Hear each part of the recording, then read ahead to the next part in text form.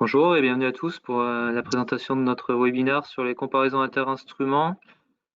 Juste on attend 30 secondes que les derniers participants arrivent, puis on débutera cette présentation. Voilà, donc moi je me présente, je suis Olivier Demars, responsable projet en métrologie chez Deltamu depuis 10 ans, et je suis accompagné aujourd'hui de Rénal Giraud qui vous fera la présentation sur le logiciel Optimus. Bonjour, Rénal Giraud, donc, comme le disait Olivier. Moi, je suis le responsable support technique et logiciel et on s'occupe de tout ce qui est formation sur Optimus et accompagnement au développement sur Optimus selon les demandes des utilisateurs. Ok, donc je vois que le nombre de participants n'augmente plus beaucoup, donc on va commencer. Donc on va vous faire une présentation sur les comparaisons inter-instruments selon la FDX 07041. Donc moi, dans un premier temps, je vais vous faire une petite présentation théorique de cette méthode de surveillance. Puis Reynald vous présentera sur Optimus comment on peut l'implémenter et comment on peut faire ces comparaisons inter-instruments directement grâce au logiciel Optimus. Alors voilà, c'est comme d'habitude, pour tous les webinaires qu'on présente, vous n'hésitez pas, si vous avez des questions, vous avez le chat qui est à votre disposition sur le côté. Vous pouvez poser des questions. Derrière, en off, on a Peggy qui sera là pour répondre à vos questions et Johan aussi qui sont là tous les deux. Et à la fin, on prendra 5 minutes, 10 minutes pour répondre à vos questions si besoin. Suite à la présentation, on mettra sur notre chaîne YouTube l'enregistrement de ce webinaire afin que vous puissiez retrouver les informations dont vous avez besoin directement. Okay. Donc, hop, pardon, désolé, j'ai un petit souci avec mon PowerPoint. Voilà. Donc, juste pour commencer, 2-3 mots sur Deltamu, pour ceux qui ne nous connaissent pas, même si je pense que maintenant beaucoup nous connaissent déjà. Donc Deltamu, on est une société d'une grosse vingtaine de personnes qui est basée à Clermont-Ferrand. On a une petite entité aussi en Italie qui est à Milan. L'objectif de Deltamu à sa création, c'était vraiment d'aider tous les clients sur toutes les problématiques au niveau de la métrologie, que ce soit les périodicités d'étalonnage, les incertitudes de mesure, et puis les surveillances. Donc c'est pour ça que Deltamu intervient souvent au sein des comités de normalisation. On intervient notamment auprès de l'AFNOR. On a été précurseur pour la FDX 07014, donc c'est un fascicule de documentation sur les périodicités d'étalonnage, et aussi sur la FDX 07041 sur les comparaisons inter-instruments. On intervient dans des groupes de travail, au congrès et congrès internationaux, et au Collège français de métrologie par exemple. Donc Deltamu, on propose différents types d'activités. Une des premières, c'est notre logiciel de métrologie, Optimus. On propose de la formation en métrologie et on propose tout ce qui est prestations en métrologie, donc conseil et services en métrologie. Alors sur notre logiciel Optimus, que vous connaissez pour beaucoup, c'est un logiciel qui est à la fois un simple logiciel de gestion des moyens de mesure, qui vous permet de gérer les plannings, gérer les équipements et tout. Mais c'est aussi un véritable logiciel de métrologie qui aide le métrologue au quotidien, par exemple à réaliser les étalonnages, faire des calculs de périodicité, faire des calculs d'incertitude, et aussi grâce au module surveillance à faire de la surveillance de vos équipements directement par le logiciel. Et dans ce module-là, vous retrouverez dorénavant le module sur les C2I. Ce logiciel est multilingue et existe en français, anglais et italien. Deuxième prestation qu'on réalise, c'est les formations en métrologie. Donc les formations de métrologie, on peut aller de la simple initiation à l'accompagnement et même jusqu'à la mise en pratique. Des sortes de formations où on va former les clients à certaines méthodes, puis on va les aider à mettre en place ces méthodes dans leur parc. Alors, on propose des formations sur différentes choses, métrologie générale, métrologie d'excellence, incertitude de mesure, statistiques et formation pratique. Alors souvent, c'est des formations à taille humaine, hein. On n'a jamais, rarement plus de 10 personnes dans les formations et on a un suivi après nos formations. Et dernière prestation qu'on propose, c'est les conseils et services en métrologie. Donc dans cette dernière prestation, on peut proposer des SIL, des comparaisons interlaboratoires. On peut aider nos clients sur l'estimation des incertitudes de mesure. On peut réaliser des diagnostics de la fonction métrologie chez des clients. On peut aider nos clients à gérer leur parc d'instruments de mesure. Donc, on a plusieurs clients qui nous donnent complètement leur parc d'instruments de mesure à gérer, hein. Et enfin, on peut les aider sur les problématiques liées à l'optimisation des périodicités d'étalonnage. Dans cette dernière activité, l'optimisation des périodicités d'étalonnage, qu'on retrouvera notamment la mise en place des surveillances. Alors, pour commencer sur la problématique des étalonnages, quand on fait des étalonnages, il y a des côtés positifs. Pourquoi? On va tout simplement assurer la traçabilité de nos équipements de mesure. On va s'assurer qu'ils sont raccordés aux équipements, au système international. Ça va nous permettre d'avoir un estimatif des incertitudes de mesure. Alors l'incertitude d'étalonnage va nous permettre derrière d'estimer notre incertitude sur notre équipement, puis plus loin d'estimer notre incertitude sur le process dans lequel intervient notre équipement. Alors quand on fait un étalonnage, on regarde l'équipement seul. On ne regarde pas tout le process dans lequel il intervient, on regarde juste l'équipement seul et on ne voit pas les autres différents aspects. Côté négatif, c'est que la périodicité des étalonnages, souvent, elle est longue. 6 mois, 1 an, 2 ans, 3 ans. Voilà, souvent, on met des périodicités qui sont assez longues. Et imaginons que notre instrument il revienne non conforme, mais que 2 ou 3 jours après, ça revient au service, il y a une dérive, on ne sait pas pourquoi. Et voilà, on va utiliser pendant 5 mois, pendant 1 an, notre instrument. Alors qu'il est non conforme, et derrière, on risque d'avoir des études de non-conformité qui risquent d'être très très longues. Donc, les périodicités d'étalonnage seules, elles sont très longues si on n'a pas des moyens de s'assurer qu'il n'y ait pas de dérive entre deux étalonnages. Et souvent, la réalisation de ces étalonnages est assez complexe. Voilà, ça se fait pas. Souvent, c'est assez long de faire un étalonnage. Donc, l'étalonnage, c'est un état des lieux simplement de l'équipement. Alors, la problématique, j'ai encore perdu voilà, je suis désolé, de mon PowerPoint. La problématique, quand on fait des étalonnages, on fait un étalonnage N, on fait un étalonnage N plus 1, mais on ne voit pas forcément ce qui se passe entre les deux. Si on a une dérive entre nos deux étalonnages, s'il n'y a que des étalonnages qu'on fait rien d'autre, on ne le saura pas, et il faudra attendre l'étalonnage d'après pour s'apercevoir qu'il y a un souci sur notre équipement de mesure. Donc, que se passe-t-il entre deux étalonnages? Ça, on ne peut pas le voir si on n'a pas d'autres sécurités. Alors, vous avez bien remarqué que j'ai noté étalonnage N et étalonnage N plus 1. J'aurais pu noter année N plus 1. Mais les étalonnages, nous, chez Delta Mu, on se bat pour qu'ils ne soient pas périodiques et qu'ils ne soient pas annuels. Donc, c'est bien étalonnage N, étalonnage N plus 1. Chacun met la périodicité qu'il souhaite.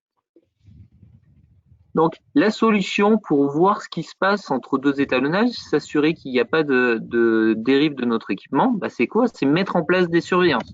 On peut mettre en place des surveillances plus ou moins fréquentes entre deux étalonnages pour s'assurer qu'il n'y a pas de dérive de nos équipements.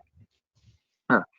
Alors, le côté positif des surveillances, c'est que c'est rapide à exécuter. Souvent, on peut faire une surveillance très rapidement. Du coup, on peut les faire régulièrement puisque c'est rapide à faire. Là, dans la surveillance, on va regarder le process complet et peut-être pas seulement que l'instrument. Et on va les faire au point de fonctionnement. On va les faire au point de fonctionnement, c'est-à-dire que si notre instrument il est utilisé pour un autre fonctionnement plus tard, on devra refaire une surveillance à son nouveau point de fonctionnement. Côté négatif, c'est qu'il n'y a pas souvent il n'y a pas de raccordement pour les étalonnages. On n'est pas obligé d'utiliser un étalon pour faire notre surveillance, pardon. et la mise en œuvre, la création du processus de surveillance ou du protocole, des fois ça peut être un peu complexe, notamment par exemple pour créer des cartes de contrôle ou des choses comme ça. Donc les surveillances, c'est ça qui va nous permettre une gestion dynamique des risques liés à la mesure. Alors, il existe différents types de surveillance. Le CFM, par exemple, il propose dans leur guide 5 types de surveillance. Le suivi d'un objet connu, par exemple, on va mettre un caillou sur notre balance tous les jours pour voir si cette balance est dérive ou pas. La redondance des mesures, on va avoir deux instruments identiques qui vont mesurer la même chose et on va voir si si l'un des deux ne donne plus la même valeur, enfin si les deux ne donnent plus la même valeur, c'est forcément qu'il y en a un qui a dérivé. Les processus de mesure dédiés, dans ce type de surveillance, en fait, on va c'est pour les industries qui sur une ligne feraient toujours la même production. Si un jour notre production a dérive, c'est peut-être lié à l'équipement. Donc là, la production va directement surveiller notre équipement de mesure. La corrélation caractère intrinsèque des caractéristiques objets, c'est avec deux instruments différents. À droite, j'ai mesuré un débitmètre et une balance. Voilà, avec deux instruments différents, on va mesurer la même chose. Et l'utilisation d'objets conformes, non conformes. Là, par exemple, c'est pour surveiller un détecteur de métaux, on va faire passer une barquette avec du métal dedans pour voir si notre instrument il le détecte bien. En 2019, l'AFNOR a sorti un guide, le guide FDX 07041, qui propose une nouvelle méthode de surveillance des équipements de mesure. Cette méthode de surveillance, c'est les comparaisons inter-instruments. Le principe des C2I, c'est quoi? C'est un ensemble d'équipements similaires doit répondre de façon identique à un même mesurand. Si avec des instruments similaires, je vais mesurer le même mesurand, je m'attends à avoir le même résultat de mesure pour tous les instruments.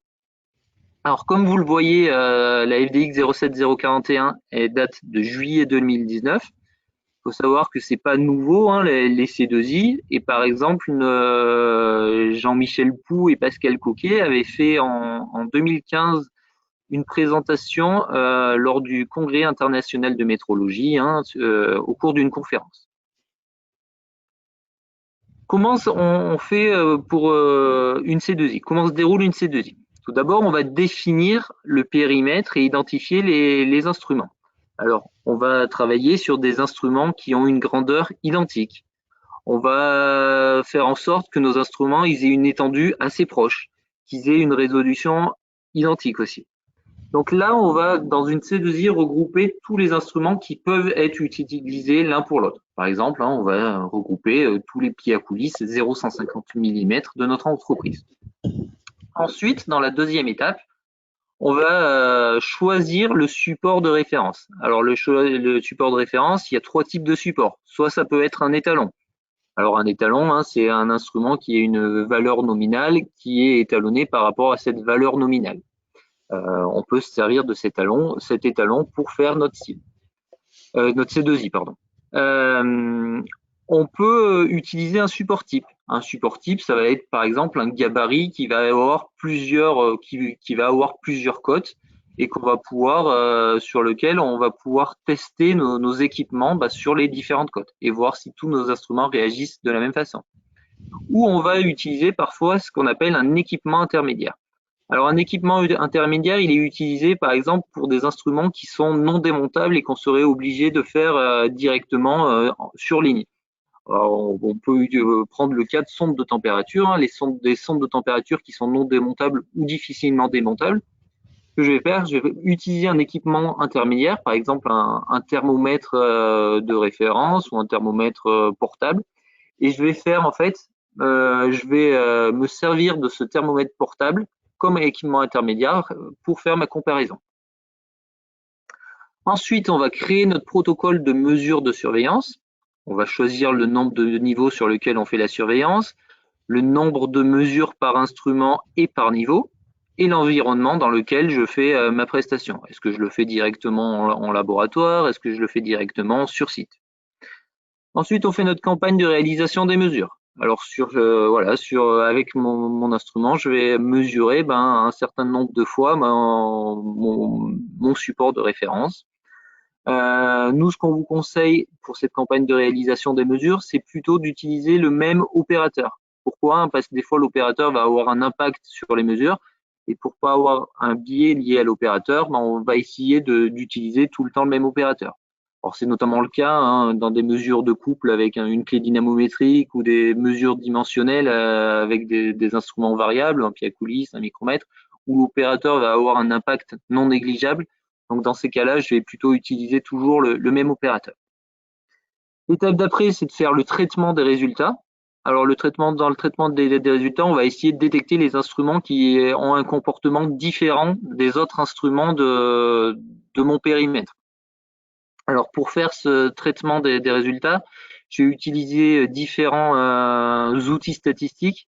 Je peux utiliser par exemple, je peux faire un test sur les dispersions grâce à un test de Mendelk, un test sur les moyennes, donc ça c'est test de Mendel-H. Ici, pour les gens qui participent parfois à des comparaisons interlaboratoires, vous reconnaîtrez les outils qu'on utilise pour les comparaisons interlaboratoires pour voir si nos niveaux de dispersion en moyenne, voilà, vous êtes conforme aux autres laboratoires. Et enfin, en partie optionnelle, on va faire la détection d'un éventuel biais commun.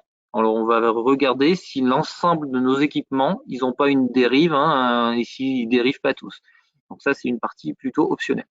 Et enfin, on va faire une petite conclusion. Alors, c'est quoi notre conclusion? C'est tout simplement pour les instruments qui sont différents, on va prendre des décisions. Soit on les envoie en étalonnage, soit on va les envoyer en réparation, en ajustage, ou soit, s'ils sont vraiment déconnants, on peut les remplacer. Et pour tous les instruments qui sont en service, on va pouvoir les remettre en service. Tous ceux qui sont conformes. Voilà. Donc on va travailler sur deux exemples. Ici, on va travailler sur une surveillance de 5 balances similaires en mode direct. Vous voyez, j'ai dessiné, enfin j'ai choisi 5 balances, mais là j'ai choisi 5 balances vraiment identiques. J'aurais pu choisir des balances de marques et de types différentes.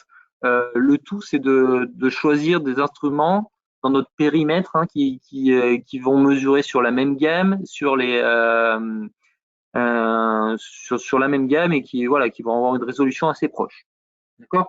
Donc ces 5 balances, je vais vouloir les intercomparer. Comment je vais les intercomparer? Je vais tout simplement utiliser un support de référence. Ici, je vais leur mettre dessus le même objet. Alors ça peut être une masse étalon, ça peut une masse étalon qui est raccordée. On pourrait aussi imaginer utiliser un simple caillou qu'on vient mettre sur les 5 balances. Je vais choisir mon protocole. Donc sur mon protocole, je vais faire un certain nombre de mesures de cet objet sur les différentes balances. Et ce que je veux voir, c'est voir si mes balances réagissent de la même façon. Moi, du coup, je vais obtenir les résultats suivants. Sur la première balance, je vais avoir une moyenne à 10,40 grammes. Et sur la deuxième balance, je vais avoir une moyenne de 10,39 grammes. La troisième, je vais avoir une moyenne de 10,38. La quatrième, 10,40. Et la cinquième balance, je vais avoir une moyenne de 10,88 grammes. Là, on va faire notre analyse et notre analyse va nous dire que mes 4 balances, elles sont statistiquement identiques, alors que notre cinquième balance, elle va être non conforme et elle va être différente des autres. Alors là, maintenant, je vais laisser la main à Rénal qui va vous montrer comment on met ça en place sur Optimu. Et juste en attendant que Reynald se connecte, Johan va vous faire passer un petit questionnaire au sujet de ces comparaisons inter-instruments. Donc, Johan, si tu veux bien.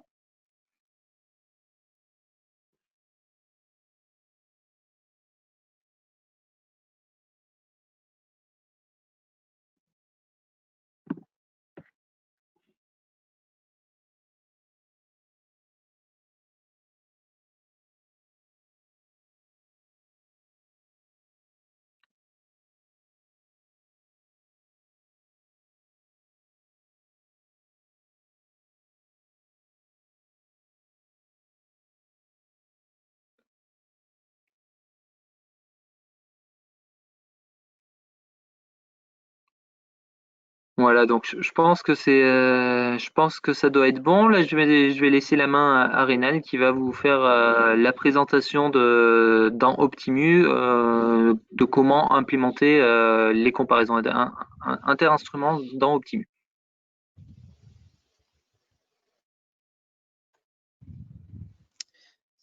Très bien. Je vais pouvoir vous présenter mon écran. Alors, si ça veut bien.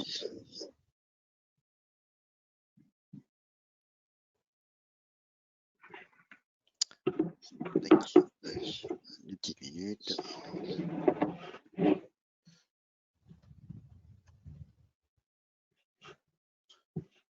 C'est toujours comme ça, forcément, à la répétition, ça marche tout seul. Et quand on veut être dans la vraie vie, ça ne marche plus. Alors,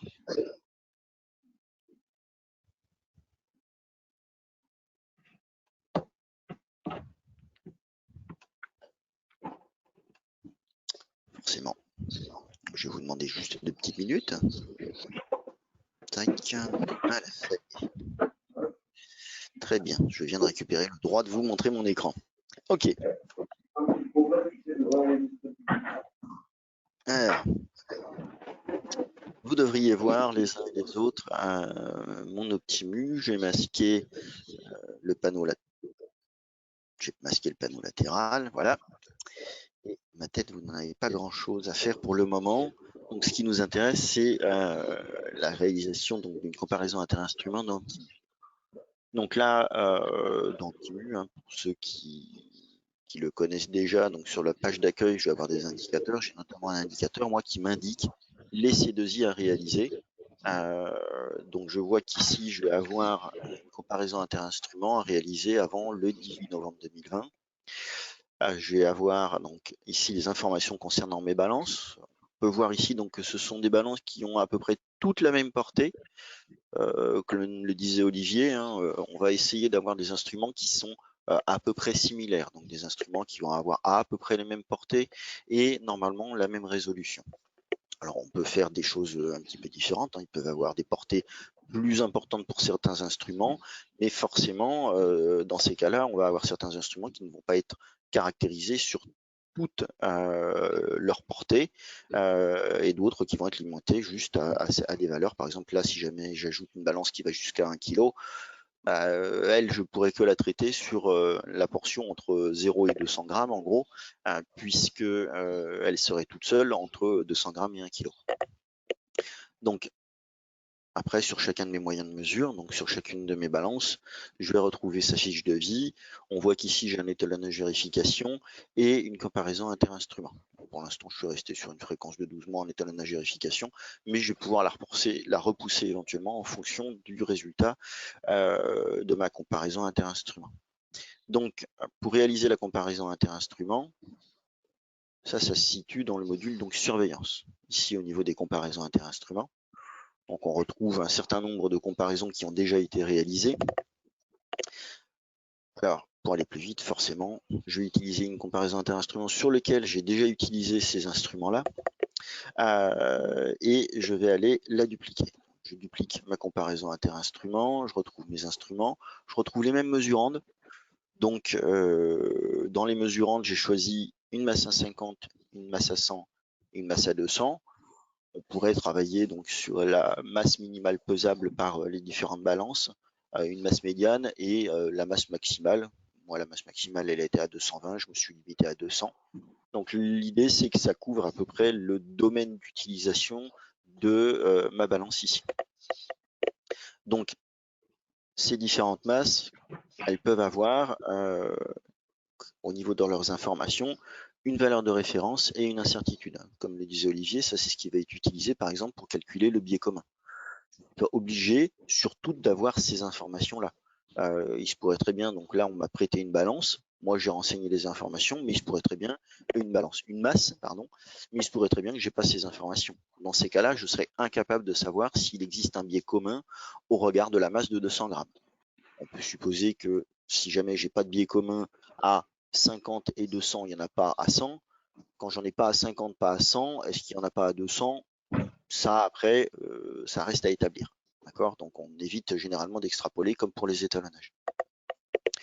Donc ici, je vais avoir mes différents mesurandes et je vais pouvoir aller rentrer les mesures. Donc là, pour chacun, j'ai un tableau de saisie.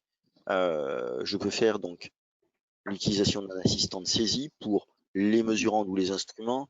Quand vous allez par exemple intervenir avec Optimu sur différentes balances qui sont à différents endroits, donc là les balances sont à différents endroits, on va faire des mesures par instrument. Je vais venir sur un premier poste, paf, je vais peser tout ce qui va être lié à mon premier instrument. Si jamais je compare entre eux, par exemple des capteurs de température que j'ai ramenés avec moi à un endroit donné, eh bien je peux faire des mesures par mesurande, c'est-à-dire par palier de température. Donc là ici, pour aller plus vite, hein, je vais passer par les données qui ont déjà été rentrées. Voilà, en sachant que l'acquisition, là ici, vous pouvez faire de l'acquisition et de la saisie, soit de la saisie manuelle, soit de l'acquisition lorsque les balances sont branchées sur Optimu. Donc, je vais rentrer mes différents mesurandes. Donc là, c'est ce que vous pouvez retrouver, donc les paliers à 50 et les paliers à 100. C'est ce qu'on va retrouver en fait dans la norme. J'ai ajouté le palier à 200 derrière, mais lui, je me suis débrouillé pour qu'il soit parfait a priori. Donc si je ne me suis pas trompé, normalement, tout devrait bien aller. Lorsque toutes les mesures ont été saisies, on va pouvoir exploiter les résultats. Donc, tout d'abord, on va lancer le calcul. Donc là, Optimu va passer dans tous les petits calculs qui sont présentés dans la FDX 07041 et vous dire si ça détecte ou non un biais ici. D'accord? Donc là, au final, j'ai aucun biais de détecté déjà.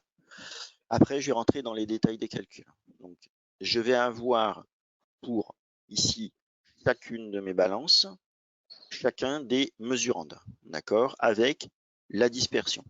Forcément, lorsque vous n'avez pas de dispersion pour un mesurant de données, eh bien, on ne voit pas de point du tout ici à ce niveau-là, ce qui est logique. Hein. Donc, de temps en temps, j'ai 2 barres, de temps en temps, j'ai 3 barres. Ça, c'est lié effectivement à la dispersion.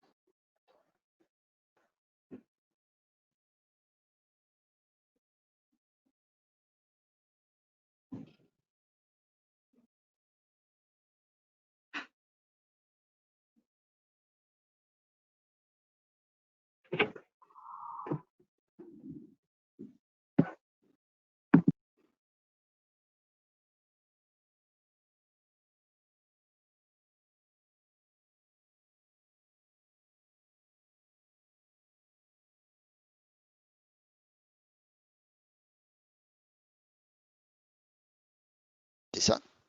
Tac. Vous devez me réentendre de nouveau. Ma collègue est venue me prévenir. Donc, quand on ne m'entendait plus, je ne sais pas à quel moment ça a été coupé. Donc les casques micro, c'est bien, mais il ne faut pas appuyer par mégarde sur le petit bouton qui éteint le micro. Donc, je reprends. Là, j'étais en train de regarder les dispersions. Je vois que sur les différentes balances, j'ai certaines dispersions qui sont un peu fortes. Tout d'abord, la balle 0,6, elle, quel que soit le mesurande, j'ai une dispersion qui est importante. Donc, je peux décider d'éliminer tous les mesurandes. La balle 0,2 et la balle 8, elle aussi présente des valeurs importantes, notamment donc la balle 8 sur la masse à 200 grammes, la balle 2 sur la masse à 200 et ici la masse à 100. Donc je peux décider d'entrée de jeu d'éliminer chacune ici. Alors je peux désélectionner celle-ci, elle est un petit peu en dessous. Quand je vais avoir éliminé, donc je vais exclure ces instruments et je vais donner un motif. Donc là je peux ajouter des motifs ici, je vais mettre juste un problème de fidélité et je peux mettre un commentaire. Donc j'exclus. Voilà. Donc balle 0,2, balle 6, balle 8. Et je vais relancer mon calcul puisque forcément derrière, je n'ai plus les mêmes résultats, donc je suis obligé de relancer une itération. Alors vous voyez qu'effectivement je n'ai plus les limites, ce qui est logique puisque j'ai des seuils différents, donc pour éviter un affichage qui serait un petit peu difficile à comprendre, on vous force à changer de référentiel. Donc là je vois que la balle 3 ici, bon, elle n'est pas tellement loin de seuil à 95%. Ensuite, si je regarde ici à 100, la balle 2, elle dépasse le seuil 99%. Et quand je regarde ici, je vois que à 200, en fait, j'ai plus rien du tout. Ce qui est logique, hein, je vous ai dit, on n'apparaît pas parce qu'on est complètement à zéro. On pourrait éventuellement aussi s'interroger sur les balances qui répètent très bien. Alors, c'est pas tout à fait le problème, mais vous imaginez que j'ai pris des balances qui n'est pas la même résolution, c'est-à-dire que les balances 1, 3, 4, 5 soient des balances au gramme, alors que la 2, la 6 et la 8 sont des balances au milligramme. Forcément, la dispersion des balances qui sont au gramme, elle risque d'être un peu moins visualisable que celles qui sont au milligramme. D'accord? Donc il faut faire attention, c'est pour ça qu'on vous disait que quand on compare les instruments, c'est bien d'avoir des instruments qui sont vraiment comparables en termes de portée, mais surtout en termes de résolution. Donc, je vais repasser sur celle à 100. Ici, je vais exclure de nouveau, problème de fidélité, hop, et je recalcule. Donc là, sur 100, tout va bien. Sur 50, je vais garder la balle 3 pour éviter d'aller éliminer trop d'infos. Et sur 200, maintenant, j'ai tout mon monde, sauf la 2, la 6 et la 8. D'accord? Donc les balles 2, balles 6, balles 8, elles ont vraiment un problème de dispersion, en tout cas à 200 grammes. Si je regarde à 100, je retrouve la balle 2 et la balle 6. Donc il est plus que probable que les balles 2 et les balles 6, je vais les éliminer. D'accord? Et à 50, je retrouve la balle 6. Alors la balle 6, vraiment, elle, à la fin, quand je vais être ici à ma prise de décision, je vais dire qu'elle est non conforme. La balle 2, ça va être pareil. Je vais devoir avoir une action dessus. Et ce sera la même chose sur la balle 8. La balle 8 se posera la question d'aller limiter éventuellement son utilisation en fonction d'un niveau. Par exemple, dire OK, on l'utilise entre 0 et 100. Par contre, par ces 100, on ne l'utilise plus. Il faudra bien l'identifier. Donc là, j'ai regardé toutes mes dispersions. Maintenant, je vais passer aux moyennes. D'accord? Donc, je vais prendre de nouveau mes différentes balances. OK? Et maintenant, la masse 150. Ah, je vois de nouveau la balle 2, il y a un problème. D'accord? Donc, elle est un peu forte sur la masse 150. Si je regarde ensuite à ce niveau-là, alors je sais que je l'ai éliminé, la balle 2, sur la masse à 100. D'accord? Je ne vois pas d'autres informations à 100 grammes, d'autres balances qui dérivent. Je vais à 200. Très bien. Donc, je retrouve ma balle 2. Je reviens à ma valeur à 50. Je vais exclure mon instrument derrière. Tac, exclure. De nouveau, je le refais calculer. Je regarde ce qu'il y a. 50, 100, 200. OK. Donc, j'ai des doutes sur la 2, la 6, la 8. Et quand on a vu tout à l'heure en dispersion, donc la 2 et la 6. Et ensuite, balle 2 et balle 6 de nouveau ici. Donc, si je veux voir tout d'un seul coup, je fais dispersion et moyenne et je regarde pour chacun des niveaux. Donc, ma balle 2 éliminée en dispersion et ici mise en position. Donc, elle a vraiment un souci. La balle 6 aussi, je vais l'éliminer. Là, la balle 2, la balle 6, ça confirme. Et enfin, la balle 8 qui s'ajoute ici. Donc, quand j'ai fini tous mes petits calculs, je peux passer ici. Donc là, je vais aller voir mon biais commun. Je vois que j'ai eu des instruments exclus. Et j'ai mes valeurs pour chacun de mes mesurandes. D'accord? Donc je peux faire tous les mesurandes éventuellement et après venir sur chacun. Donc à 50, j'ai mon score zeta et j'ai tout ce qui est présenté en fait dedans pour conclure si oui ou non j'ai un biais commun des balances, c'est-à-dire que globalement les balances ont toutes vu la même chose, mais ce qu'elles ont vu, ce n'était pas la valeur annoncée sur ma valeur de référence, à l'incertitude près toujours. Donc ici, je vais pouvoir prendre mes décisions. Donc au final, j'ai dit la 2, elle est non conforme. La 3, elle est conforme. La 6, elle est non conforme. Et la 8, elle est non conforme. Donc là ici, c'est comme dans l'ISO 5725 sur les comparaisons interlaboratoires. On va demander à l'opérateur, à celui qui met en œuvre en fait la comparaison inter-instrument, de prendre des décisions au regard de l'employabilité ou non des moyens de mesure derrière, puisque les tests statistiques sont là pour l'accompagner, mais ils ne sont pas là pour décider à sa place. D'accord?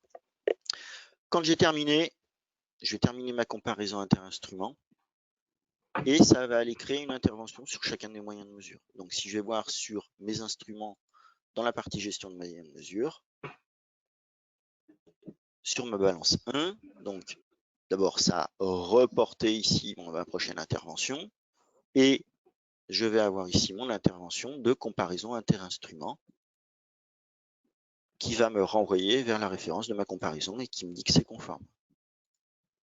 Maintenant, si je vais sur la balance numéro 2, c'est en attente de décision. Elle était non conforme, je vais devoir décider. Alors là, je vais probablement la faire réparer et puis refaire un étalonnage vérification dans la foulée. Parce qu'il semble qu'il y ait vraiment un problème avec. D'accord? Donc, cette comparaison inter-instrument, là, nous, on l'a pris comme intervention, on va dire, alternée par rapport à l'étalonnage vérification. Ça pourrait être une intervention qui se comporte comme un étalonnage vérification et qui, à chaque fois que je vais faire, en fait, une comparaison inter-instrument, va me repousser d'autant la prochaine intervention d'étalonnage vérification. D'accord? Donc ça permet effectivement d'avoir des périodicités, comme le disait Olivier tout à l'heure, d'intervention qui vont être des périodicités d'intervention conditionnelles. Je ne fais intervenir mes prestataires ou je ne fais un étalonnage de vérification que lorsque cela s'avère nécessaire.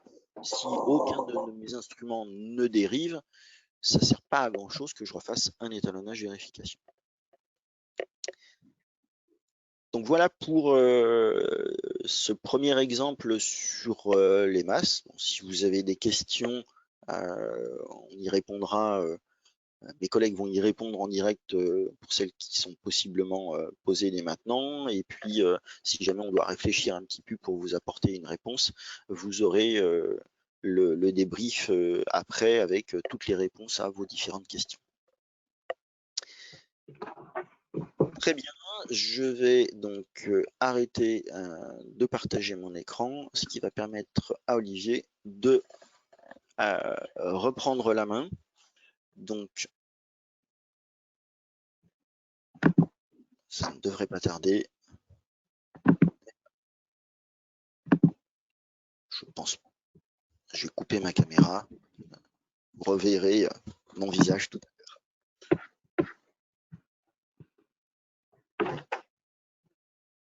Hop.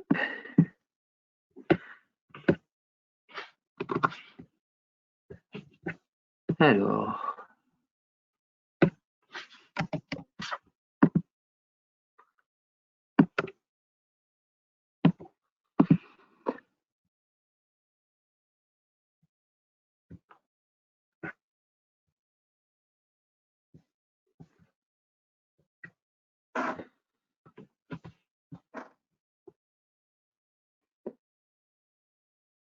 Alors, Rénal vous a montré pour la première, pour la méthode en mode direct, une surveillance de 5 balances en mode direct. Un deuxième exemple, ça peut être une surveillance de sonde de température à l'aide d'un instrument intermédiaire. Alors, pour cet exemple, on peut prendre le cas de sonde de température sur des lignes de production. Alors, comme je vous disais tout à l'heure, on peut prendre des sondes de température qui sont non démontables ou difficilement démontables. Leur démontage est impossible, du coup, on ne peut pas les comparer directement hein, les unes par rapport aux autres, voilà, parce qu'elles sont loin les unes des autres et ce serait compliqué. Donc, ce qu'on va faire, c'est on va utiliser un instrument intermédiaire qui va nous servir de support de référence, un thermomètre portable. On va en fait comparer nos différentes sondes de température par rapport à notre thermomètre portable. Et notre comparaison inter-instrument, elle va consister à comparer les écarts de chaque sonde de température par rapport à ce thermomètre portable. Alors nous, chez Deltamu, on utilise cette méthode depuis plusieurs années chez un client hein, qui a plusieurs pyromètres sur des lignes différentes en fait. Et pour les surveiller de façon régulière, ce qu'on vient faire en fait, on vient avec un pyromètre portable comparer en fait voilà comparer la valeur de notre pyromètre portable au pyromètre sur ligne. On fait ça sur nos différents pyromètres et on vient comparer les écarts de chaque pyromètre sur ligne hein, par rapport au pyromètre portable pour voir si ces instruments ils sont statistiquement identiques. Alors comme tout à l'heure, Johan va vous faire passer un deuxième sondage, puis Reynald reprendra la parole pour vous montrer dans Optimu comment on peut mettre en œuvre cette deuxième solution. Donc Johan, si tu veux bien passer le sondage.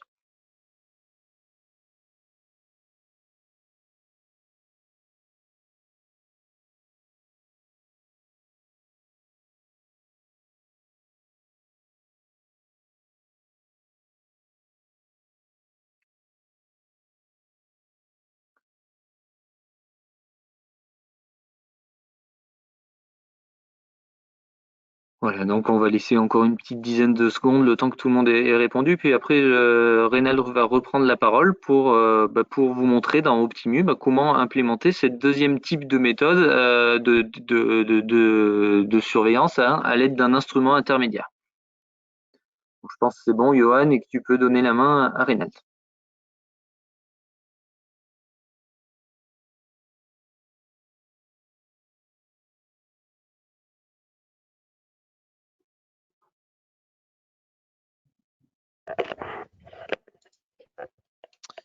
Très bien, me voici de retour.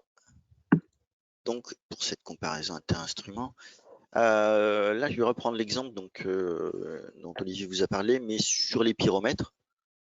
Donc, comme tout à l'heure, on va créer une nouvelle comparaison inter-instruments. Ici, je vais pouvoir donc aller sélectionner mes différents instruments. Donc, la désignation, ce sont des pyromètres. Et le statut, c'est instrument de mesure. Il se trouve que j'en ai un dans mes pyromètres qui va me servir d'étalon. C'est pas lui que je veux sélectionner. Donc, je prends que mes instruments de mesure. Et j'ai mis 10 pyromètres que je vais ajouter. Donc là, ici, j'ai mis 10 pyromètres. Maintenant, je vais prendre mon mesurand. Là, je vais lui donner un intitulé, c'est vérification in situ, ou surveillance in situ, comme vous voulez.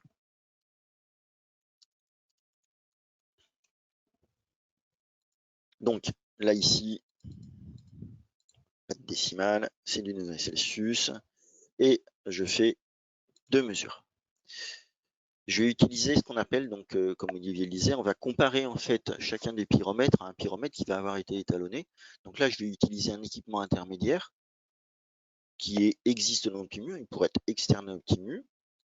Donc là, c'est mon pyromètre 11. Donc ça, c'est mon équipement intermédiaire qui va me permettre en fait de comparer les résultats d'Optimu, les résultats pardon, de chacun des instruments avec ce pyromètre qui a été raccordé à un moment donné. D'accord. Donc, au niveau du mesure, vous voyez que j'ai mon équipement intermédiaire et chacun de mes instruments. D'accord. Et je vais aller calculer les écarts pour mes différentes mesures à réaliser. Donc là encore, moi j'ai pris le côté simple, un fichier Excel, tac, et je colle les valeurs. D'accord. Alors les écarts, malgré que je les ai copiés-collés, c'est Optimu qui les calcule. Hein. Si je mets 601 ici, ça change la valeur. D'accord. C'est pas c'est quand même Optimu qui fait des calculs derrière. Donc là, après, je vais pouvoir les faire comme tout à l'heure, lui faire calculer les résultats. Alors là, j'ai pas de biais, hein, j'ai pas de biais parce que j'ai pas de valeur de référence. Ok.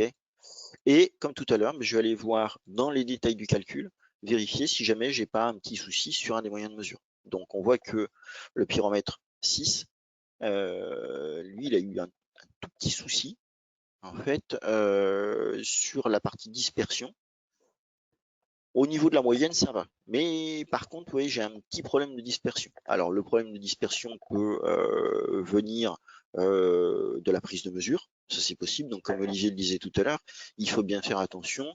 Il peut y avoir des moyens de mesure ou plutôt des processus de mesure dans lesquels l'opérateur ou la méthode va avoir un impact sur le résultat. Et donc, je ne veux pas que j'ajoute un facteur en fait, en gros, d'incertitude quand je vais avoir un deuxième opérateur. Donc là, la première question à se poser, c'est est-ce que c'est bien toujours le même opérateur qui a fait les comparaisons? Si oui, je peux supposer que effectivement le problème qui a été rencontré, c'était un problème parce que le pyromètre n'est vraiment pas répétable. Donc là, à ce niveau-là, lui, je vais pouvoir l'exclure. Okay. Je refais calculer, ici tout va bien, je regarde en moyenne, c'est bon, tout va bien, j'ai plus qu'à conclure, et lui, hop, je vais le mettre comme tout à l'heure, non conforme, et terminer ma comparaison. Et là, comme tout à l'heure, je vais retrouver donc sur les pyromètres, je repasse pas dedans, hein, mais je vais retrouver le même fonctionnement, c'est-à-dire au niveau de mon pyromètre 6, il va être en attente de décision, et je vais devoir soit le faire réétalonner, vérifier derrière pour confirmer qu'il est bon ou pas bon, et ensuite, en fonction d'eux, je peux aussi très bien l'éliminer en direct ou bien attendre effectivement l'étalonnage de vérification, puis l'éliminer secondairement suite à ces résultats-là. Voilà, donc ça c'était pour le deuxième exemple. Je vais pouvoir repasser la main à Olivier qui va pouvoir conclure sur cette présentation.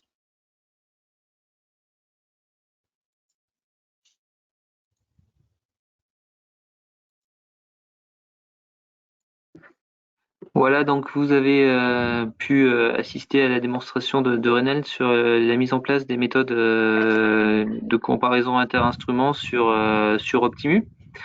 Maintenant, vous pouvez nous poser des questions via le chat. Je ne sais pas si déjà on en a reçu. Peut-être que je vais laisser la main à Johan et Peggy pour voir si, s'ils ont des questions intéressantes qu'ils pourraient nous poser à l'oral par rapport à vos réactions pendant le webinaire.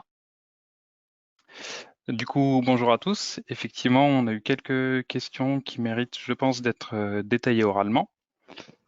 Alors, une des premières que j'ai là, avant de faire réparer, ne serait-il pas judicieux de faire étalonner afin de faciliter l'analyse d'impact de cette non-conformité, ou la C2I suffit-elle? Alors, effectivement, de faire un étalonnage, c'est peut-être pas mal avant de faire réparer l'instrument pour avoir une, euh, une valeur du biais en fait de notre instrument. Donc, peut-être faire un étalonnage effectivement avant une réparation. Alors, on peut faire une réparation si vraiment notre instrument, on voit qu'il est très très loin des autres et que voilà, euh, c'est pas un biais normal, mais que c'est, enfin voilà, qu'il est super loin, on peut directement faire la réparation. Mais le mieux c'est peut-être de commencer par l'étalonnage, puis après la réparation quand même. Ok, je passe à une question suivante. Quel nombre mini conseillez-vous pour établir la comparaison d'instruments, je suppose? Nombre minimum d'instruments.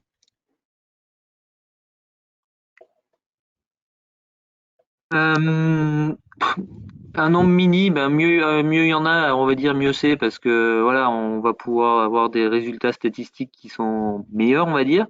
Mais à partir de trois instruments, on peut faire une comparaison inter-instruments et puis après, mieux on en a, mieux c'est. Donc voilà, on va dire déjà trois, puis après, si vous en avez plus, bah, tant mieux. Ok, et... pardon, Rénal? vas-y. Après. Effectivement, le premier test qu'on fait porte sur la répétabilité des instruments. Donc il y a le nombre d'instruments et le nombre de répétitions. Après, comment dire, Jean-Michel Pou a publié un article donc justement sur le nombre minimum de mesures qu'il faut pour calculer une répétabilité. On est dans le même ordre d'idées derrière. Il y a généralement des normes qui conseillent que on est entre 20 et 30 résultats au total, parce que sinon on est dans les petits nombres. Mais il faut voir que cette méthode de surveillance, elle a pour but de donner un résultat assez rapide pour savoir si je vais investiguer plus loin ou pas. Donc, comme le disait Olivier, si j'ai que 3 instruments, bah, je vais peut-être faire un petit peu plus de mesures. Je vais pas non plus m'embarquer dans quelque chose qui va me prendre énormément de temps. C'est pas le but de la comparaison inter-instruments. Le but, c'est d'avoir une étape entre un étalonnage qui est quelque chose, comme le disait Olivier tout à l'heure, de lourd et parfois de long. Donc là, faut que ce soit rapide. Donc, il y a peut-être une réponse optimale à ça qui sera donnée un jour dans une norme. Mais pour le moment, voilà, il faut un certain nombre de répétitions et un certain nombre d'instruments pour qu'on puisse tirer des conclusions. Combien, vous l'avez vu tout à l'heure sur les pyromètres, il y avait 10 pyromètres et on a fait 2 mesures sur chacun des pyromètres. Bon, voilà, ça fait 20 résultats au total. Ça donne quelque chose qui est déjà pas mal. Si on peut en avoir plus parce que ça prend pas trop de temps, pourquoi pas. Mais comme je le disais, il ne faut pas que ça prenne le pas et que ça devienne quelque chose qui est à mettre en œuvre et une vraie galère parce que c'est pas le but. Voilà.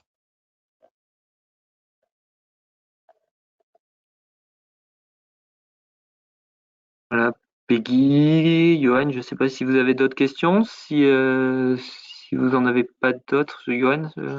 Alors, je vais prendre une dernière question et puis je pense qu'on va arrêter là. On essaiera de détailler les questions qui n'ont pas une réponse dans un article de FAQ comme on fait d'habitude. Dernière question, comment justifie-t-on le nombre de mesures effectuées? Reynald a répondu en partie. Est-ce que ça mérite d'être détaillé ou est-ce que je passe à une autre question?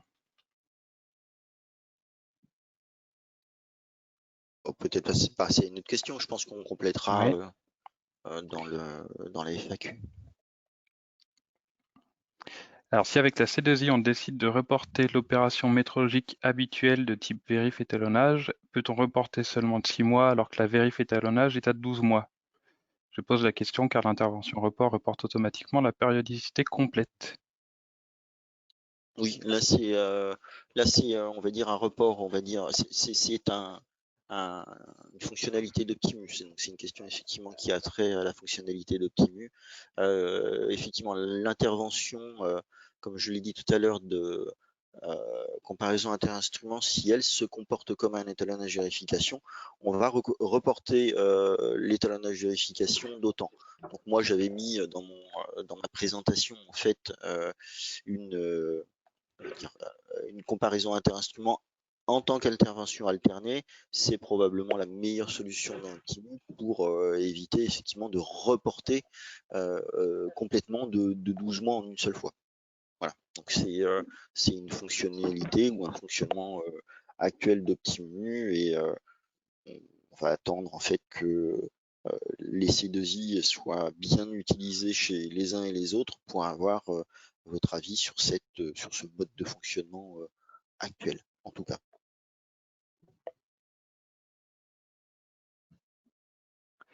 Bon, je pense qu'on a fait le tour un peu des questions. On essaiera de détailler certaines dans ce fameux article.